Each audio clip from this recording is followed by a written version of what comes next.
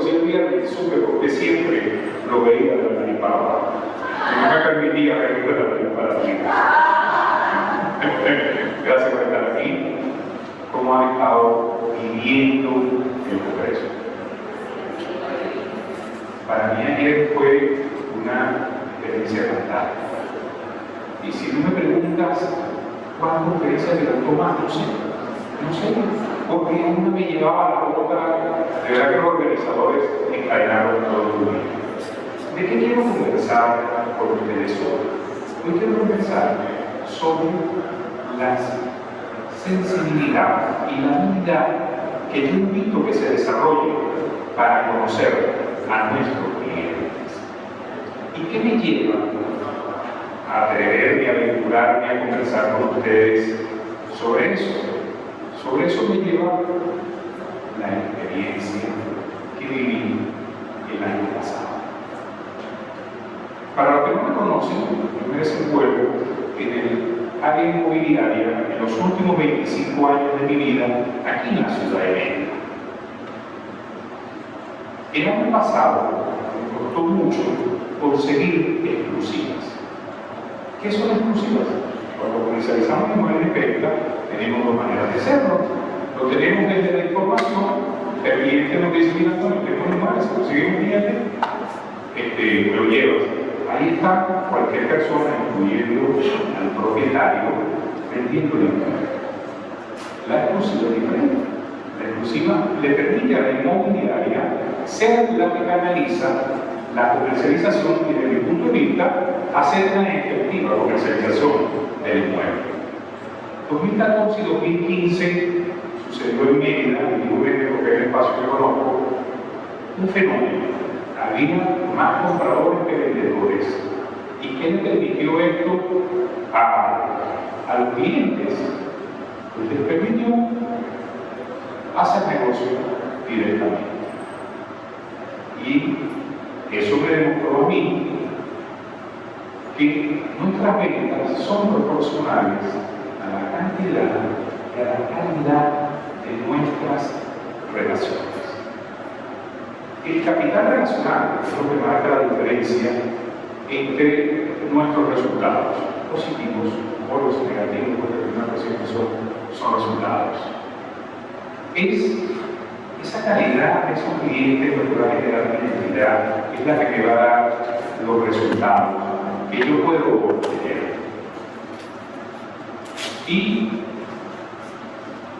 ¿cómo empiezo para obtener esos resultados? Para obtener los resultados, pues debo tener relaciones sólidas. ¿Qué son las relaciones sólidas? Son aquellas que están construidas en la confianza y en la colaboración. Pero ¿cómo llego yo a la confianza y a la colaboración? O sea, ¿qué hay que hacer? ¿Qué debo hacer? ¿Cómo es eso, ese trampolín, esa estructura en donde el cliente se para conmigo y se va al vacío? O sea, ¿qué tengo que hacer? O sea, ¿cómo lo hago? A mí me gusta mucho a Stephen Covey. Él dice que nuestras relaciones son como una cuenta bancaria. Vamos haciendo depósitos todos los días. Y esos depósitos los vamos acumulando y nos llevan a un resultado. Pero ¿qué son esos depósitos? Esos depósitos son las conversaciones que damos en nuestro día a día con nuestros clientes. Y esto lo podemos llevar también a nuestra vida personal y a nuestra vida social. Es la que va a marcar la diferencia donde yo estoy parado y a donde yo quiero llegar con mis resultados. ¿Cómo empieza la relación con el cliente? Empieza con una invitación. Esa invitación que me permite conocerlo, darme con él, si es mi caso inmobiliario, que me abra la puerta de sobra para entrar, para poder verlo. Es la oportunidad que tenemos para dar una primera buena impresión. Eso lo tenemos una. Pero si bien la invitación nos abre la puerta, también abierta probablemente. Para que esté abierta necesitamos generar lealtad y necesitamos generar satisfacción. ¿Qué es la satisfacción? La satisfacción es el juicio que hace cliente de cómo se siente con la relación contigo. O sea, ¿qué valor agregado tú estás dando con tu servicio o tu producto, tú como persona, a ese cliente? Esa es la satisfacción. La lealtad es diferente. La lealtad es el compromiso que tiene el cliente contigo. En el libro de gestión ontológica, que Diego invitó a que lo puedan descargar, hay una matriz de gestión del cliente que a mí me encanta mucho. Quiero compartirla con ustedes. Y vamos a hablar de que tenemos clientes terroristas. ¿Qué es un cliente terrorista? Es aquel que no está satisfecho ni es leal. Y anda buscando el momento para desquitarse. Es aquel que dice, pajarito, te agarro la bajadita, tú me la vas a pagar. Y no cargo el letrero. Los mercenarios. Los mercenarios están satisfechos, pero no son leales. Se van con el primer postor. Los rehenes son leales, pero no están satisfechos. Ellos están ahí, no saben por qué, pero siguen ahí. Los apóstoles están satisfechos y son leales. Yo quiero invitarlos a ustedes que en un par de minutos se escojan 6 clientes. Clientes, pueden poner familiares, pueden poner amigos, ¿verdad? Y vean en qué cuadrante ustedes lo quisieran colocar. ¿Les parece? Por favor, adelante. Terroristas insatisfechos y leales. Mercenarios satisfechos, son cualquiera. Rehenes leales, pero no están satisfechos. Y apóstoles satisfechos y son leales.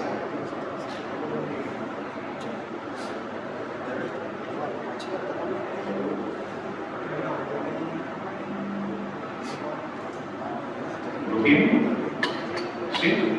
Y quisiera compartir. De esos 6, ¿cómo están repartidos en la pobreza?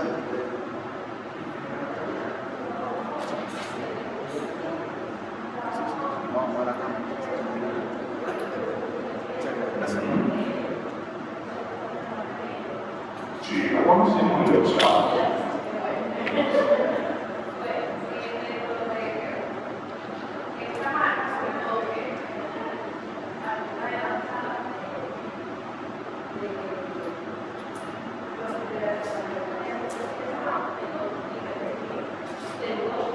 Clientes mercenarios, hay una cadena en Ciudad Guayana que se llama que está satisfecho ni está ni es leal. Va todo para él. Y no todo para él. Sin embargo, hay un grupo de clientes que no es para mí o para nosotros como empresa, para todos sus proveedores, porque en un momento de crisis simplemente hizo alianzas comerciales con sus proveedores y ahora es un cliente para todos. Y nosotros somos. Quería hablar más que todo de él que del mercenario. Y rehenes y terroristas, pues el resto de los 1050. Un aplauso por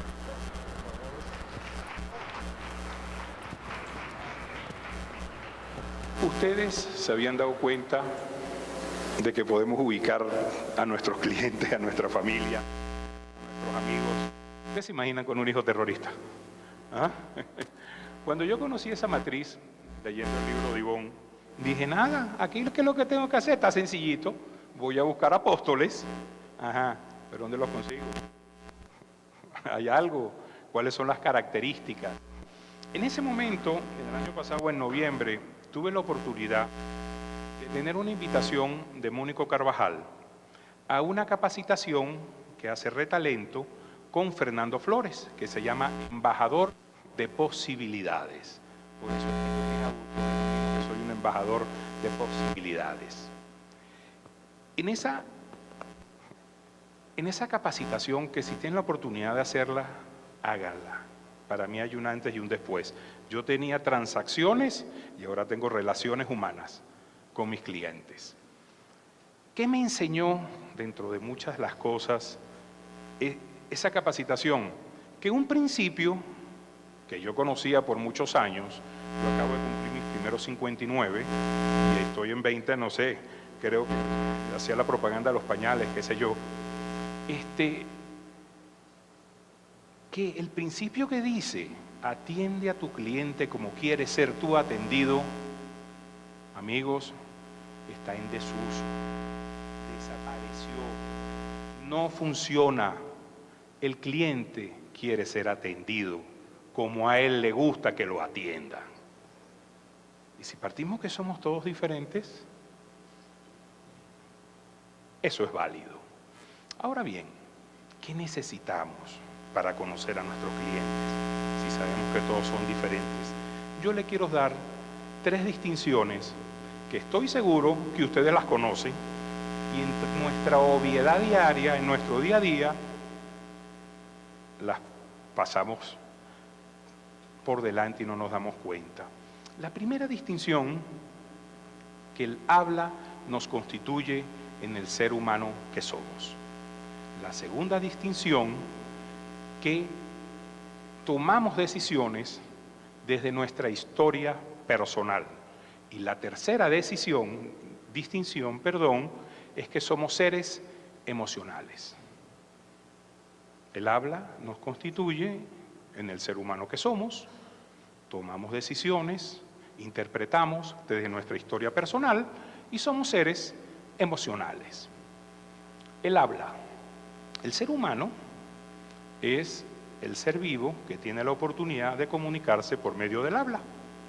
Por medio del habla nos interrelacionamos, por medio del habla conversamos, por medio del habla formamos parte de esta gran aldea global. Si bien antes las distancias eran relevantes, hoy por hoy las distancias dejaron de ser relevantes y son irrelevantes porque la tecnología nos acortó ese espacio de posibilidades que podíamos tener. No sé si ya está funcionando, para poner como ejemplo, pero Skype, tengo entendido que hoy por hoy tiene traducción simultánea. Yo puedo estar hablando con un chino, con la diferencia del horario, en castellano, y Skype me está traduciendo en chino. Entonces, por medio del habla es que nosotros vamos generando las relaciones que vamos teniendo. ¿Y por medio de qué lo hacemos? Por medio del lenguaje, que como dijo Mónico ayer, no es lo que viene después del champú. ¿Ok? El lenguaje nos da identidad. Por medio del lenguaje es que nosotros hacemos peticiones, hacemos ofertas, generamos promesas. Vamos generando las realidades. Y díganme ustedes si no pasamos todo el día haciendo peticiones o haciendo promesas. Y en venta, ¿qué es lo fundamental en venta? O cuando me ofrezco como servicio o cuando el cliente viene y me pide que lo acompañe. Pero también los invito a ver que el lenguaje es generativo. El lenguaje genera acción. Siempre se pensaba que primero venía la acción y después venía el lenguaje, y yo por medio del lenguaje describía lo que había sucedido. Ajá, pero cuando el cura dice lo declaro marido y mujer, es la misma vida para estas personas. Cuando la novia te dice, papito, tengo 3 meses que no me viene, tú no vas a pegar una carrera. El lenguaje genera acción, ¿verdad? El lenguaje crea. El lenguaje es el que nos abre nuevos mundos, nos da nuevas posibilidades. Si unimos entre que el lenguaje genera acción y el lenguaje forma parte de nuestras promesas, nos da una nueva visión del poder del lenguaje en nuestra vida y en nuestro día a día. Por medio de él nos permite cambiar, nos permite ser el ser que nosotros queremos ser.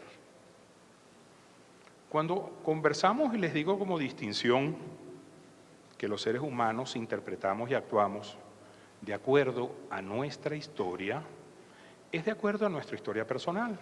Y esa historia personal es ese cúmulo de experiencias, de vivencias que vamos teniendo y las vamos metiendo en la maleta. Y vamos metiéndola en la maleta. Y es importante, en el momento que nos relacionamos, que tengamos pendiente cómo estamos interrelacionándonos con el otro desde nuestra historia personal, cómo afecta, nos abre, nos cierra, pero también con la persona que nos estamos interrelacionando, cómo le afecta, le abre o le cierra su historia personal. Aquí, ¿a quién les gusta cocinar? ¡Wow! ¿Qué le gusta cocinar? ¿Sí? Pasta. Danos una receta de pasta. Te puedo dar una de pasta con la salsa de atún. Pasta con salsa de atún. ¿Quién más nos quiere aportar una receta? El dulce tres leches. Con indosa, con... No es así que se hace, ¿no? Me encanta ese dulce tres leches. Y le pones ese nevadito por arriba. Ay, papá. Y canelita. Y así como muchas cosas. Les cuento algo. Yo soy descendiente de españoles. Y para mí, el plato emblemático es la paella. ¿Ok? En mi casa, cuando sucede un evento, es una paella. Si yo los invito, y es un ejemplo, por favor, si yo los invito a comerse una paella, hay dos espacios. Llegaste, te la comiste, conversamos, nos tomamos 2 tragos y te fuiste. Pero si yo te invito desde el espacio que a mí me gusta hacer la paella, que la hago desde cero, son 3 horas antes. Yo limpio los camarones, limpio los calamares, pico todo, hago la mise en place. ¿Saben lo que es la mise en place? Mise en place se utiliza en el espacio, en el argot de los restaurantes, en donde tú vas todos los ingredientes colocándolos para después ir aderezándose. ¿Ok? Y mi paella yo la hago con 3 caldos. De pescado, cabezas de camarones, de pulpo, y como buen venezolano, le pongo un ají dulce y una cerveza.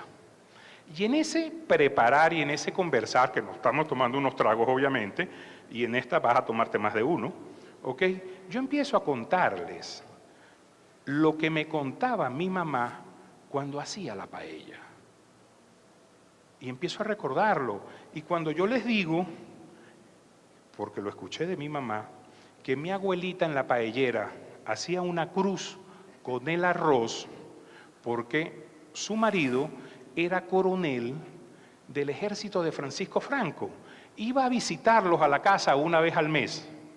Y cuando mi abuela ponía la cruz, daba gracias a Dios que el marido había regresado vivo a la casa. Cuando ustedes se llevan un bocado de esa paella a la boca, ¿qué se están llevando? Se están llevando parte de mi vida, se están llevando mi historia. A eso tenemos que ponerle cuidado cuando interrelacionamos con nuestros clientes. Somos seres sociales. Cuando hablamos del ser social, es en donde yo me crío. Las costumbres, los haceres, las obviedades, que si soy cristiano, que si soy ateo, que si soy maracucho, que si soy gocho, que si soy caraqueño. Y cada uno, pues, que si los gochos somos decentes, somos caballerosos, que si los maracuchos son muy alegres, que si los caraqueños, con el perdón de los caraqueños, son unos aviones. Hablamos desde ahí. ¿Desde dónde? Somos. Cuando estamos conversando de la historia, de dónde soy, está el espacio de los roles también. Yo hablo desde el rol que tengo. Tengo mi rol de esposo, mi rol de papá, mi rol de amigo, mi rol de hermano, y de acuerdo a esos roles voy a tener mis preocupaciones. La preocupación de un soltero que no tenga hijos será la misma preocupación de un casado con hijos. ¿Ustedes se imaginan pasar por una cola en donde estén vendiendo pañales y leche formulada? Ajá. ¿Qué dirían 2 solteros sin chamos? Pues sí, claro que sí pueden decir eso. Diría, mira marico, esos carajos haciendo cola por pote de leche y un paquete de pañales. Ajá, ¿qué diría una pareja, papá y mamá? Bájate, bájate, bájate, que yo, haz la cola mientras yo me estaciono. ¿Qué diría yo? Perro de la que me salvé. O sea, tuve una reunión con un gran amigo que aprecio mucho la semana pasada. Él quería vender un inmueble. Y en esa conversación, cuando él estaba diciéndome lo del inmueble, empiezo a indagar y le pregunto que para qué vende. Bueno, me dice que tiene un hijo que es piloto, que regresó al país y no consigue trabajo porque las líneas aéreas tienen muchas unidades paradas. Que para poder trabajar en Europa, en Estados Unidos, necesita hacer como un nivel más, como una especialización. Y para eso, pues necesita que el muchacho va a tener unos dólares para que pueda hacer eso. ¿Qué estoy escuchando yo ahí? ¿Un pana que necesita plata para mandar al hijo a estudiar al exterior? ¿O estoy escuchando un padre que está preocupado por el futuro de su hijo?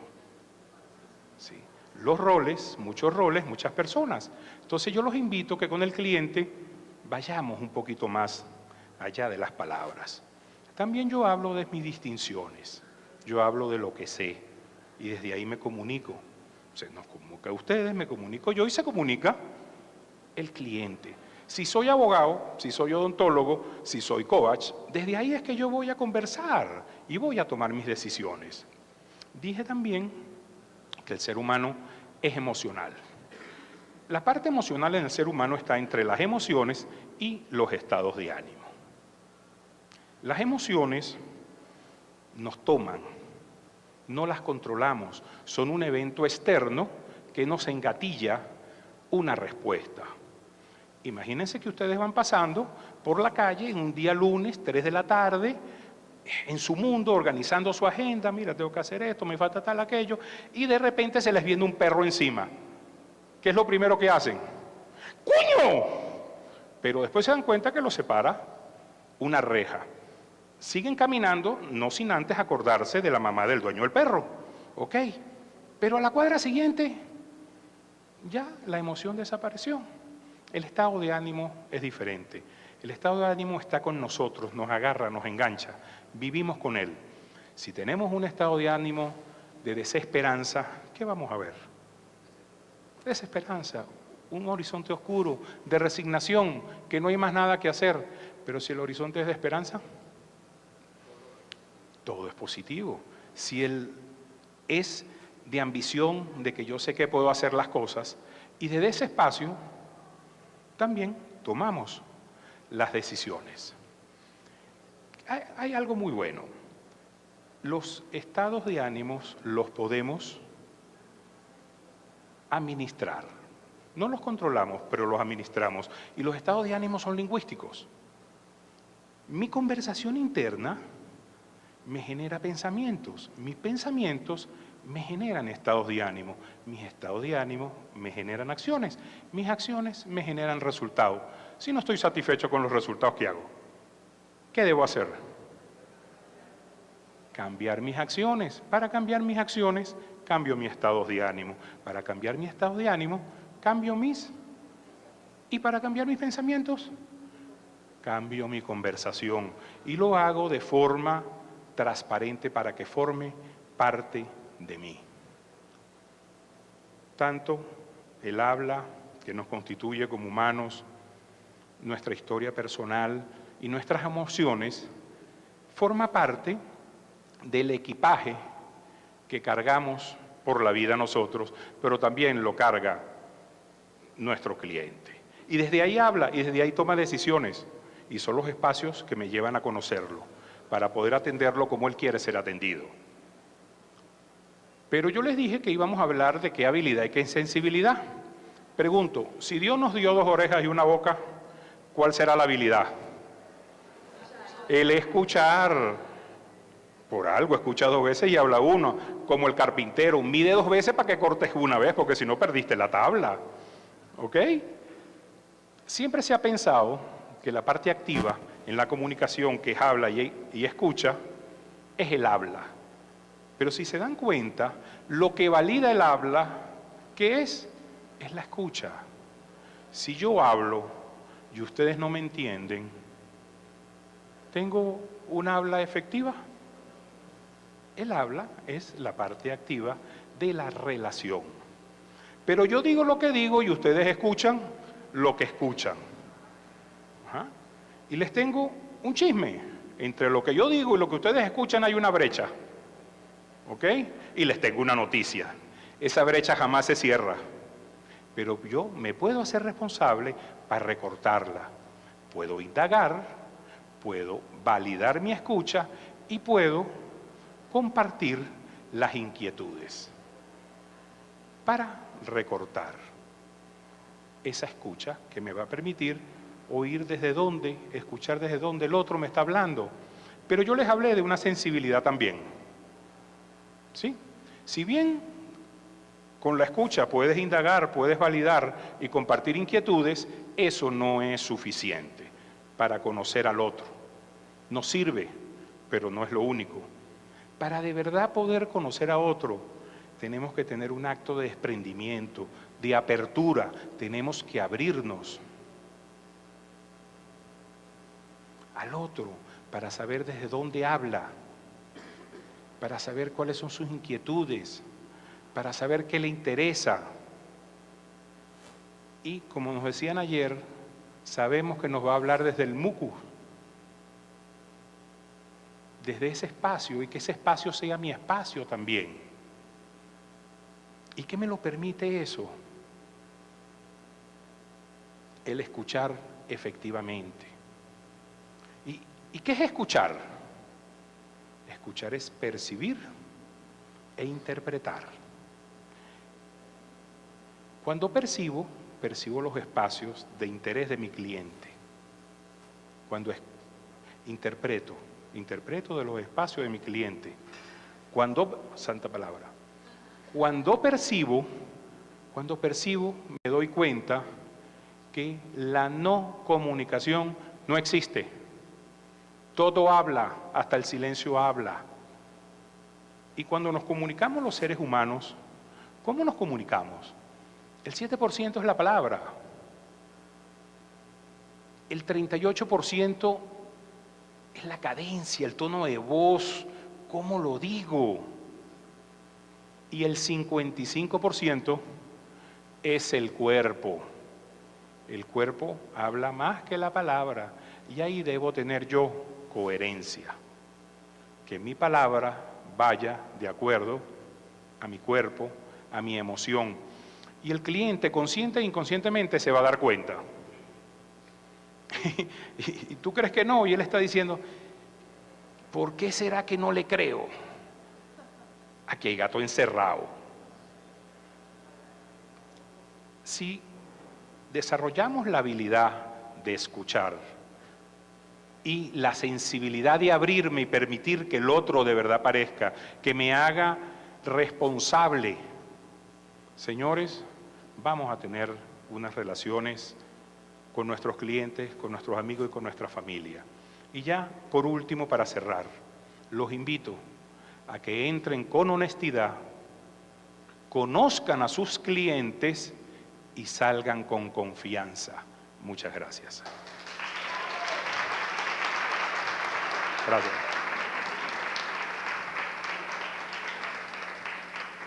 Fue un honor y un placer. Y quiero confesarles algo. Es primera vez que doy una charla. Agradecidos.